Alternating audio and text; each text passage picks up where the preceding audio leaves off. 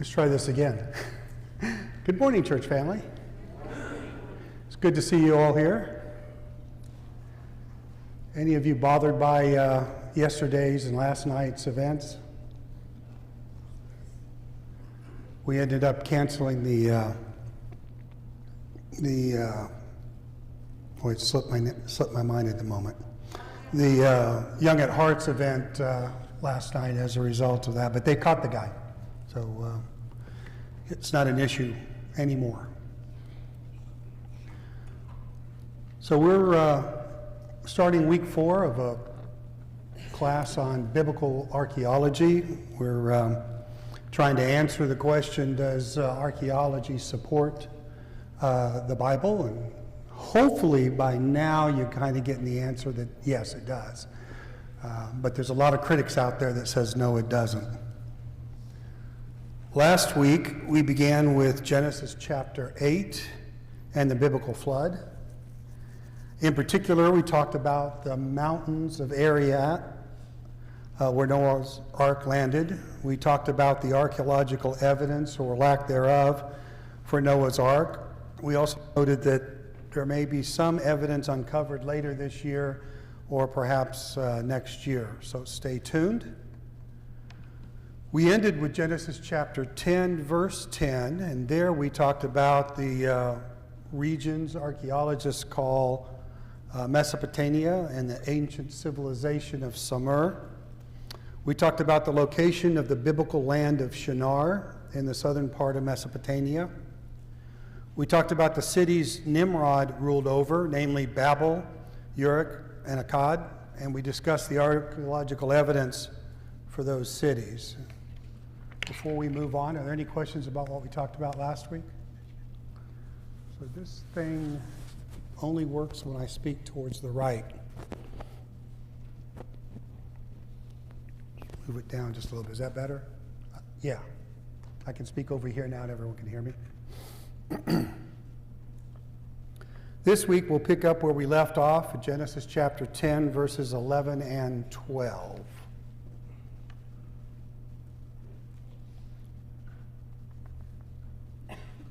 So I'm reading from Genesis 10, starting with verse 11. I'm reading from the NIV. From that land he went to Assyria, where he built Nineveh, Rehoboth-ir, Calah, and Rezin, which is between Nineveh and Calah, which is the great city. And as I said last week, and as I will continue to say throughout the slides, if it's underlined, I've underlined it. It's my emphasis, not in the original text. And if it's in red, it's there because I need to talk about the translation there. And you see there's 2 areas here that I need to talk about the translation.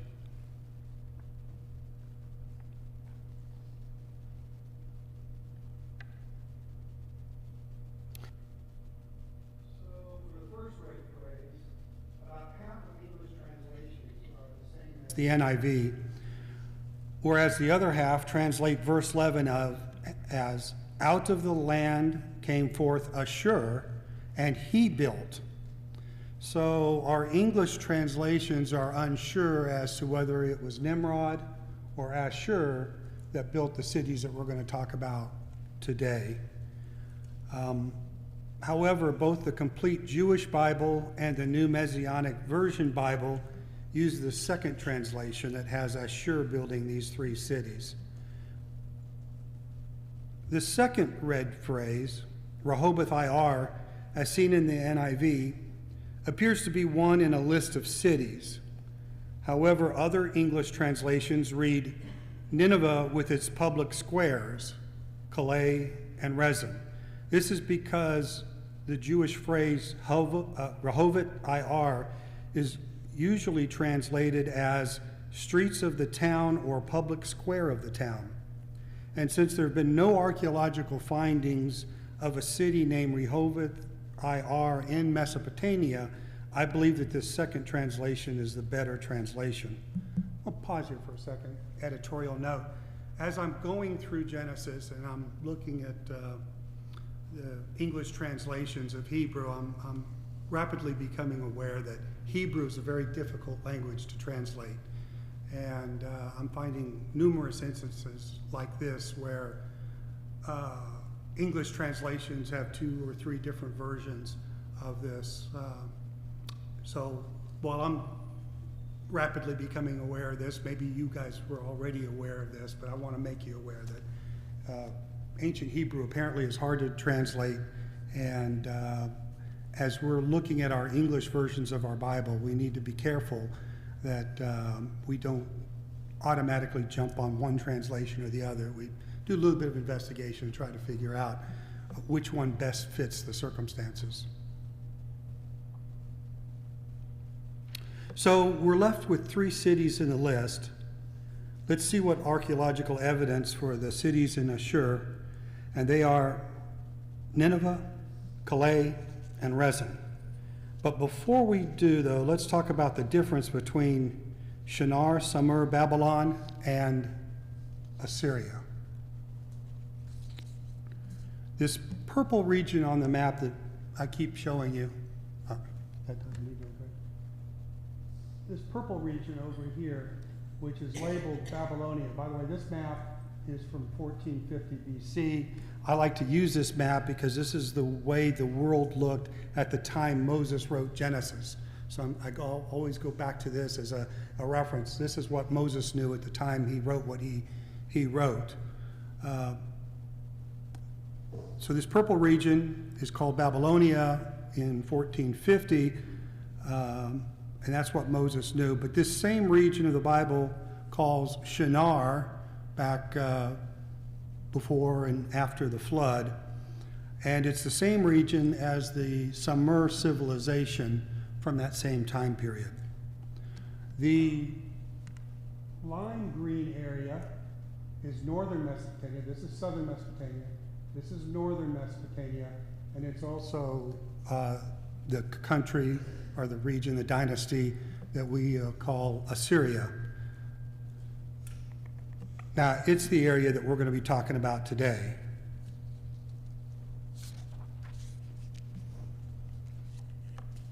So that leaves us with 3 place names. Nineveh and Calais, the first 2, are very well-known archaeological sites, and we'll go over them today. The exact location of Rezin is still being debated among archaeologists. Most of them believe, or I do, that it's at a place called Selamei, yeah, it's hard for me to pronounce, which happens to be in between Nineveh and Calais, where the Bible says Rezin is located. And we'll talk more about Rezin near the end of the class. Same map of Mesopotamia. Nineveh is in the northern part of Assyria. Nineveh is right there.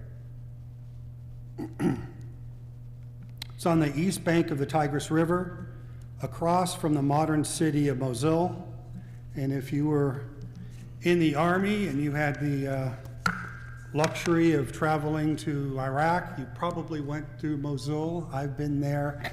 I didn't have the opportunity to go across the river and see Nineveh, but many military folks know exactly where Mosul is. The 2 main sets of ruins are Tel, pardon the pronunciation here, but Kunyunjik and Tel Nabah Yunus. Tel Nabah Yunus is believed to be the site where the prophet Jonah is buried.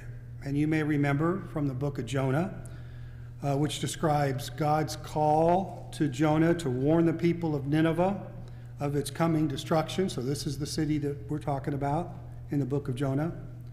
The book of Jonah is not clear as to where Jonah died, but it is clear that Jonah intended to die just outside the city walls of Nineveh. So it's not out of the question that he would have been buried somewhere in or around Nineveh, and they may or may not have his grave there. Nineveh is mentioned 26 times in the Bible, twice here in Genesis chapter 10, 1 each in 2 Kings and Isaiah, both of which talk about the attempt of the Assyrian king to attack Jerusalem. Nineveh is mentioned 8 times in the book of Jonah, where God sends Jonah to warn Assyria of its impending fall. Nineveh is mentioned another 11 times in the book of Nahum, where Nahum prophesies that God will take vengeance against Assyria. Nineveh is mentioned once in the book of Zephaniah, where Zephaniah prophesies that God will take vengeance against Assyria. And one more time in Matthew, where Jesus compares the generation of Nineveh at the time of Jonah with the generation there at Jerusalem in Jesus' time. In each of the 26 mentions of Nineveh in the Bible, Nineveh is clearly associated with Assyria. Any questions there? So let's talk about the history of Nineveh. Nineveh began as a village somewhere around 5000 BC. By 4000 BC, it grew to a city-state in northern Mesopotamia. Although it existed at the same time frame as the southern Sumerian dynasty that we talked about last week, it wasn't a part of that dynasty. However, it is mentioned in the Sumerian kings list as a trading partner to the city of Uruk that we talked about last week. It's also listed in the Assyrian kings list. By 3000 BC, Nineveh became the site of a temple for the pagan goddess of Ishtar. By 2300 BC, Nineveh is incorporated into the Akkadian Empire for approximately 200 years. By or around 2000 BC, Nineveh was absorbed into the rising power of Assyria. And at the time of Moses and Exodus, Nineveh was the capital city of the Assyrian Empire.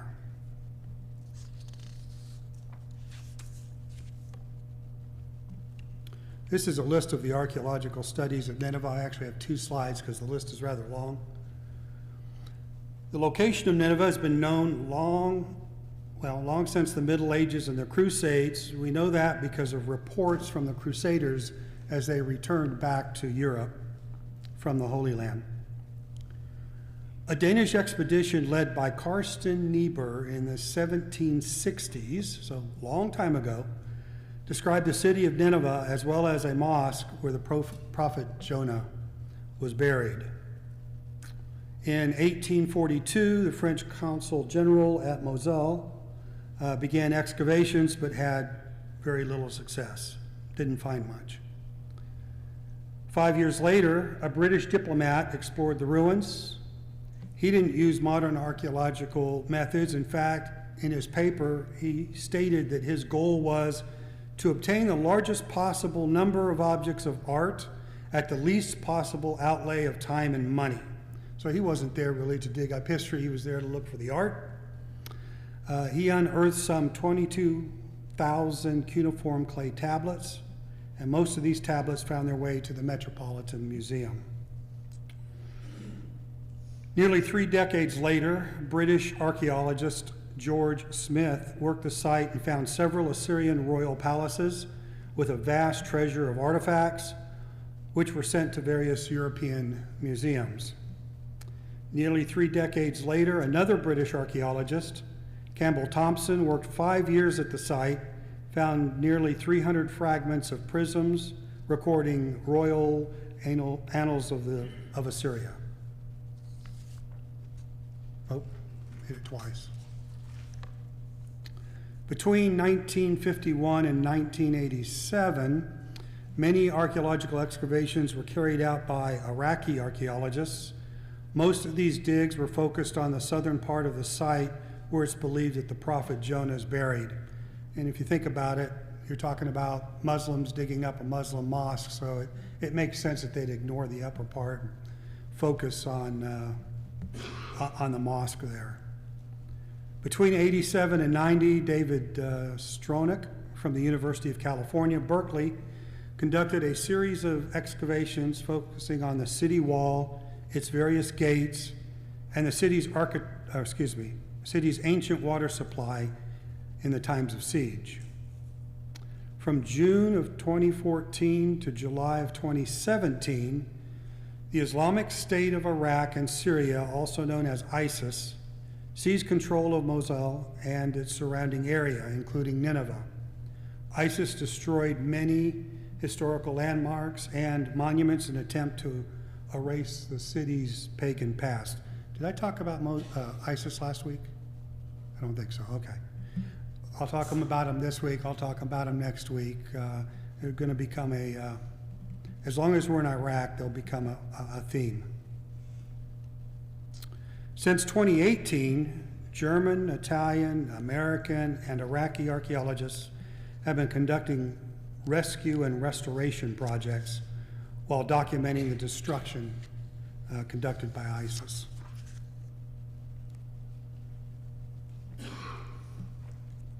On the right is a map of the archaeological site at Nineveh.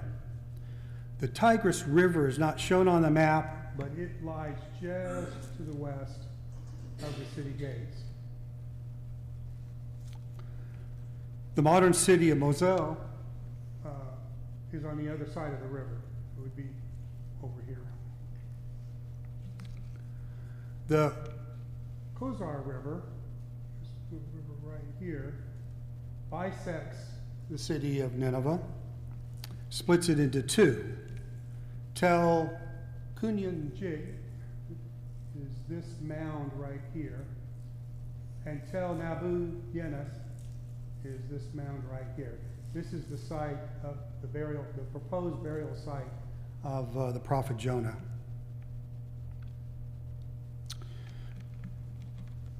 This picture here is a picture of this gate right here, the Mashki gate, prior to ISIS destroying that gate in 2015, 2016. And the picture below it is the Agad gate, which is right here on the site. And it too was destroyed by ISIS, doesn't exist anymore. Good that we've got the pictures.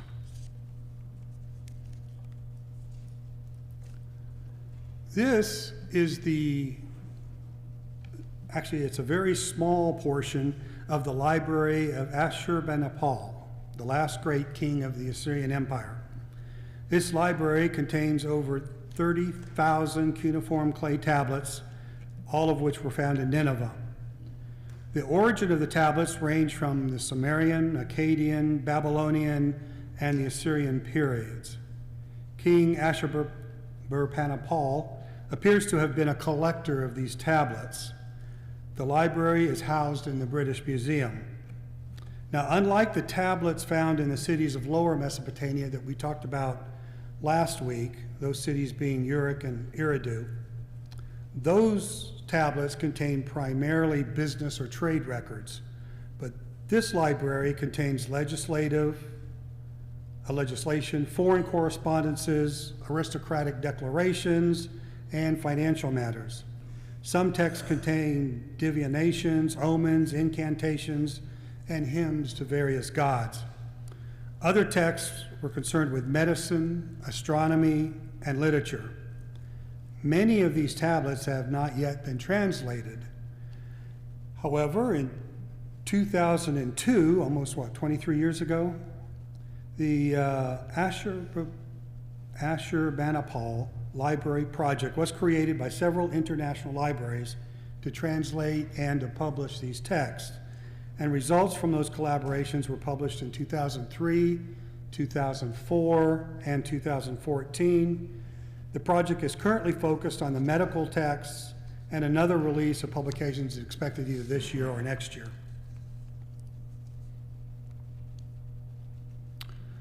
I apologize for the quality of this photo, but it's the only one I could find.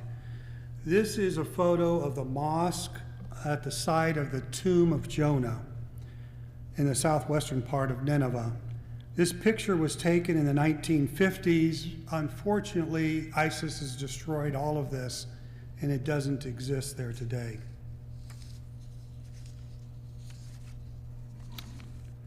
So I'm going to move from Nineveh to Calais. Calais is the next city on the list. Calais has been identified as Tel Nimrud. Nimrud got its name from Karsten Niebuhr, who I mentioned a few minutes ago, who traveled to the Moselle region in March of 1760. He called the site Nimrud because the local native population there believed that the city was built by the biblical Nimrod. However, 8 decades later, in 1846, British Colonel Henry Rawlinson identified Nimrud as the Assyrian city of Kalu, which is up on the board there, and associated the Assyrian Kalu with the biblical Calais. In Hebrew, both Calais and Kalu are written nearly identical. The difference would be hard to make out on a clay tablet. I don't have it specifically marked on this map because the word Assyria blocks it, but Calais or Kalu or Nimrud is right there in between the A in Assyria and the river, which is right to the left of it. It's about 20 miles south of Nineveh, and it's also on the eastern bank of the Tigris River.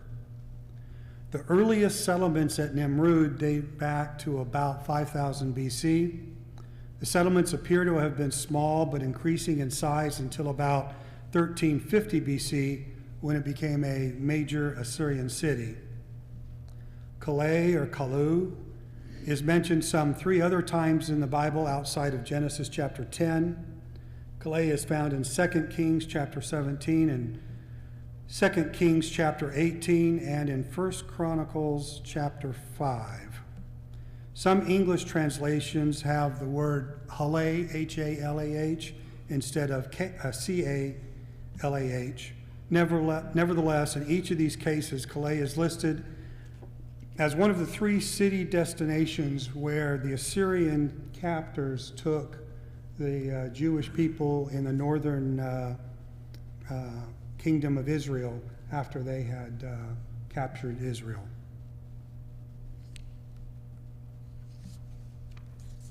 A little bit about the history of Calais. Calais began as a village around 5000 BC. By 4000 BC, Calais grew to a city-state. By 2400 BC, Calais becomes a site of a temple of the pagan goddess Ishtar, just like the one that we saw in Nineveh. In 1274 BC, the capital of Assyria is moved from Ashur, which we talked about in the first week, to Calais. About 850 BC, temples to the pagan gods of Ninurta and Nabu were erected. By 706 BC, the capital city is moved from Calais to Nineveh. Calais is listed in the Assyrian king's list as a major capital city and royal residence for several Syrian rulers. While most Assyrian kings were buried in Ashur, at least 5 Assyrian queens were buried at Calais. At the time of Moses and Exodus, Calais was part of the Assyrian Empire. This is a list of the archaeological sites that have been done at Calais. There were numerous international visits but not excavations, and writings that began in 1760 and continued through 1843.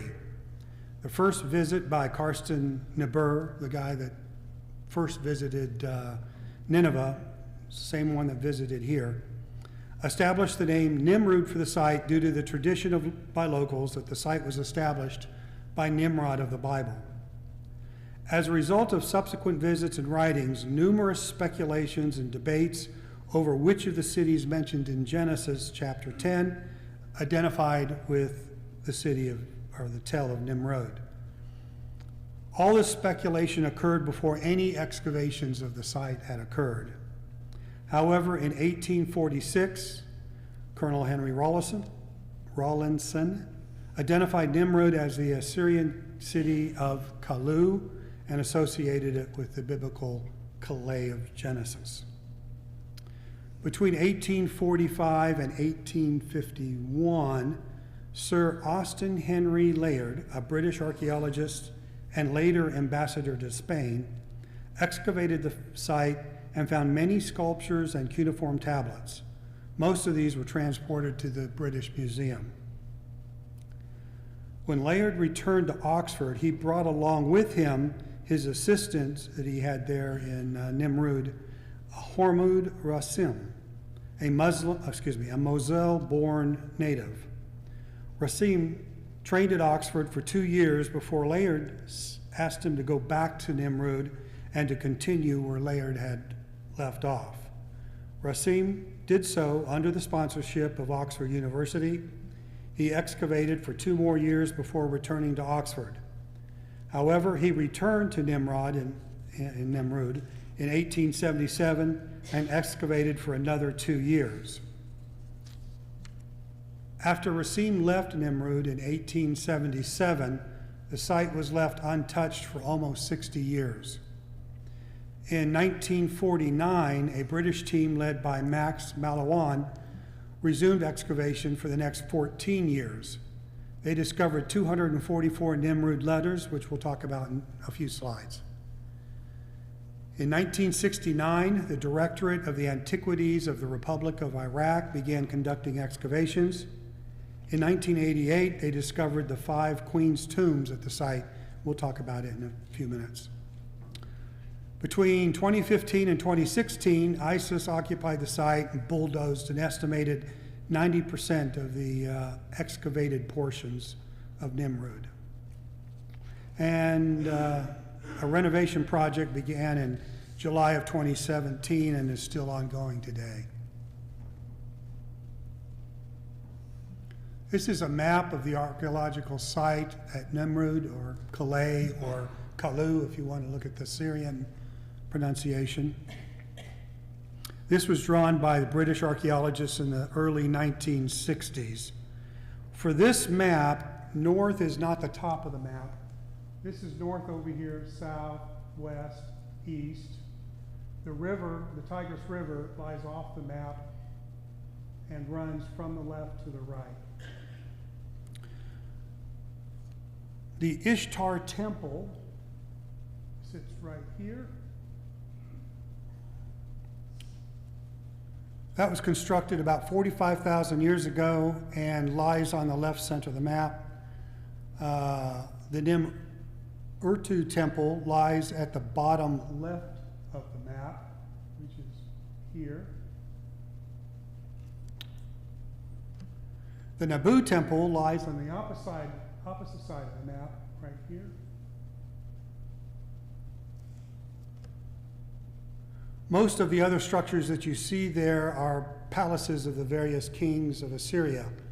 I would like to point out, though, that the queen's tombs, the 5 queen's tombs that I've mentioned and we'll talk about in a little bit, were found underneath this palace right here.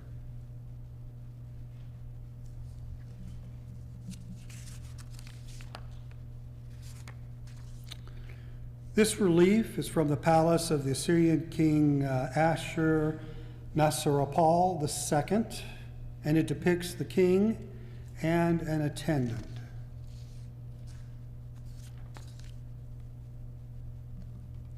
This is one of the 244 Nimrud letters that were discovered in 1952 by the British archaeologist Max Mallowan.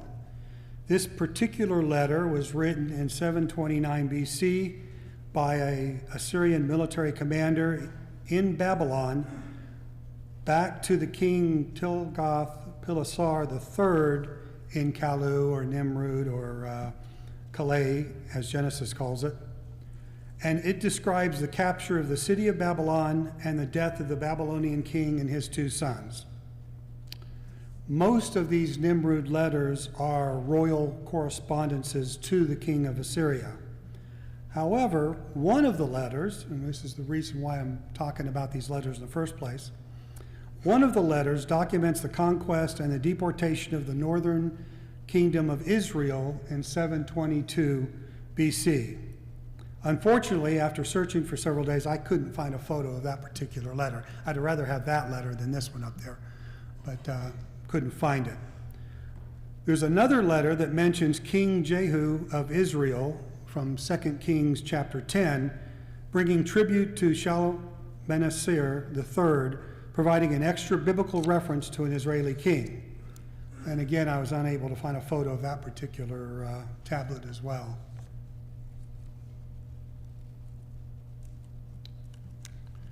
These are objects that were found in the 5 queens' tombs. During an excavation of the Northwest Palace in 1988 by the Iraqi Directorate of Antiquities, 5 queens' tombs were discovered under the southern domestic wing. 4 of the 5 tombs appear to have been built during the 8th century BC, the same century as the Assyrian conquest of the northern kingdom of Israel. The 5th tomb appears to have been much older and built in the 9th century BC. Discovered in the tombs were hundreds of pieces of jewelry, pottery, clothing, tablets, and figurines. Some were made of gold, silver, copper, and stone.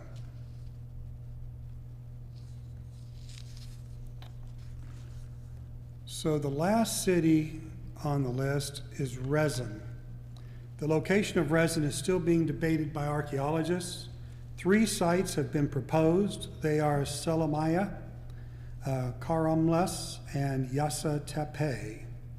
However, of those 3 sites, only one meets the biblical location of being between Nineveh and Calais. Simlamiah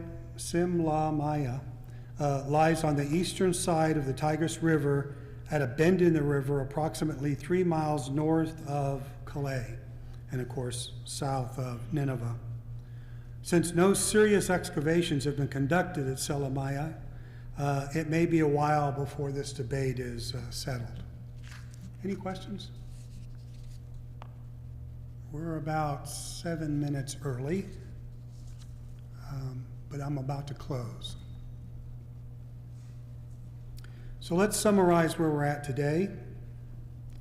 English translations of the Bible are mixed as to whether it was Nimrod or Ashur that built or ruled over the cities of Nineveh, Calais, and Rezin. Jewish translations tend to favor the translation that it was Ashur who was the ruler. Although Rehoboth Ir is listed as one of the cities in some English translations, other English translations translate Rehoboth Ir as a public square of the town of Nineveh, and I believe that this is the better translation. The 3 cities mentioned in Genesis chapter 10, verses 11 through 12, all appear to be in Assyria, while the cities in verses 10, the ones that we discussed last week, all appear to be in Babylonia. Nineveh and Calais are well-established archaeological finds. The founding of the cities is consistent with their presence at the time of Nimrod and Ashur. The cities existed at the times of Moses and the Exodus and would have been well known to an Egyptian royalty like Moses. There is significant archaeological evidence that the existence of the prophet Jonah at Nineveh before ISIS destroyed the site in 2015. Any questions? I threw a lot out. And you talked about the queen's tombs that were uncovered under the palace. Did they have to dig to find them, or were they encased in tunnels? Or? Yeah, so they were below the palace layer. So they were buried below what was called the domestic wing of the palace. And what I read about those was it made sense to the archaeologists that the queens would have been buried under the domestic wing because their royal duties, the queen's royal's duties, was to take care of the domestic part of the palace. So to bury them under that wing made sense to the archaeologists. Other questions? If there are no questions, then we'll go ahead and get ready for our services. Thank you. Oh, next week we'll talk about Terah and Abram's journey from his birthplace at Ur to Haran. Thanks.